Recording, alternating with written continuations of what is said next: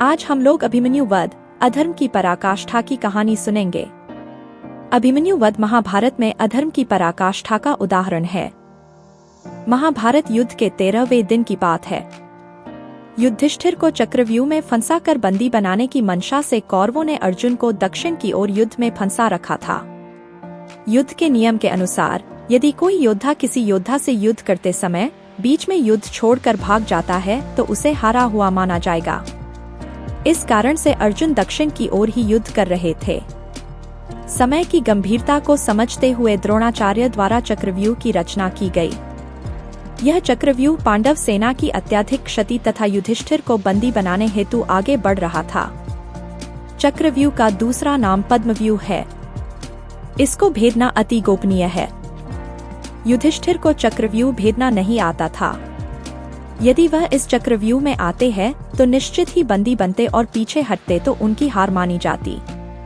महाभारत काल में चक्रव्यूह भेदने एवं उससे बाहर निकलने का पूर्ण ज्ञान केवल श्री कृष्ण, अर्जुन, द्रोणाचार्य एवं प्रद्युम्न श्री कृष्ण के पुत्र को था। इनके अलावा केवल अभिमन्यु ही ऐसे थे जो चक्रव्यूह में प्रवेश करना जानता थे। अपनी माता के गर्भ में रहते हुए तेजस्वी अभिमन्यु ने चक्रव्यूह भेदना सीखा था।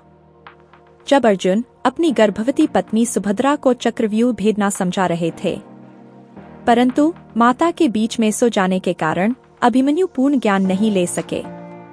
चक्रव्यूह भेदना तो सीख लिया परंतु बाहर निकलना नहीं सीख पाए। अर्जुन एवं सुभद्रा पुत्र अभिमन्यु एक कुशल योद्धा थे। अभिमन्यु को रौद्रधारी भी कहा जाता है क्योंकि वह रौद्र नामक धनुष को धारण करते थे। यह धनुष उन्हें उनके ज्येष्ठ मामा बलराम से प्राप्त हुआ था। मूल रूप से यह धनुष महादेव का है। महादेव ने यह धनुष बलराम जी को दिया था। अपनी वीरता एवं दृढ़ता का परिचय देते हुए वीर अभिमन्यु ने महाराज युधिष्ठिर से चक्रव्यूह भेदने की आज्ञा मांगी। युधिष्ठिर ने अभिमन्यु को आज्ञा नहीं दी, परंतु दृढ़ एवं विवेकी अभिमन्यु यह जानते थे कि उसके अलावा वहां उपस्थित योद्धाओं में से कोई भी चक्रव्यूह को भेदना नहीं जानता था। वह यह भी जानते थे कि यदि युधिष्ठिर इस चक्रव्यूह में गए तो उनका बंदी बनना तय है। साथ ही धर्मयुद्ध यहीं पर समाप्त हो जाएगा। धर्म की हार होगी और अधर्म की जीत हो जाएगी। कौरवों की कुटिलता एवं समय की गंभीरता को समझते हुए अभिमन्यु ने आप ही चक्रव्यूह में जाने का निर्णय लिया।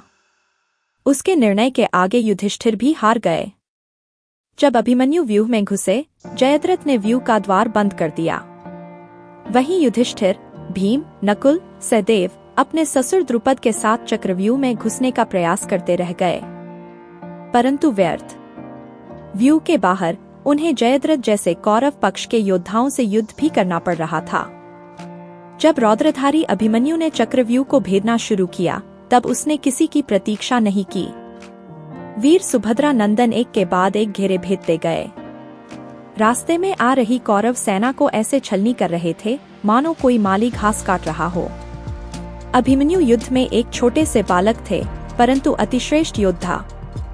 छठे घेरे को पार करते करते अभिमन्यु ने रुक्मार्थ, बृहदबाला, लक्ष्मण, दुर्योधन का पुत्र, 6 परामर्शदाताओं, कर्ण के 7 पालक भाइयों, शल्य के पुत्र सहित कई योद्धाओं को मार डाला।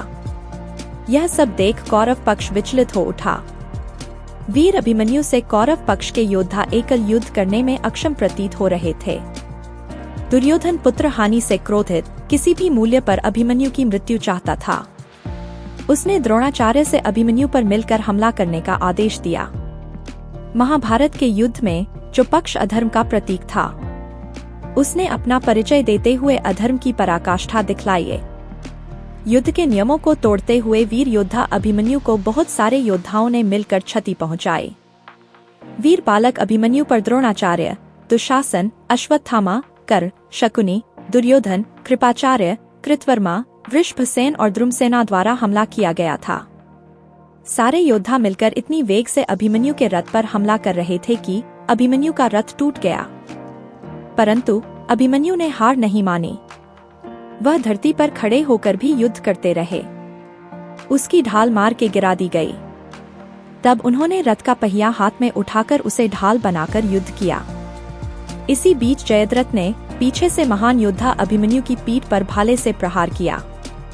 भाला वीर अभिमन्यु के शरीर को भेदता हुआ बाहर निकल गया। फिर एक के बाद एक कौरव पक्ष के योद्धाओं ने अभिमन्यु पर बार बार वार किया।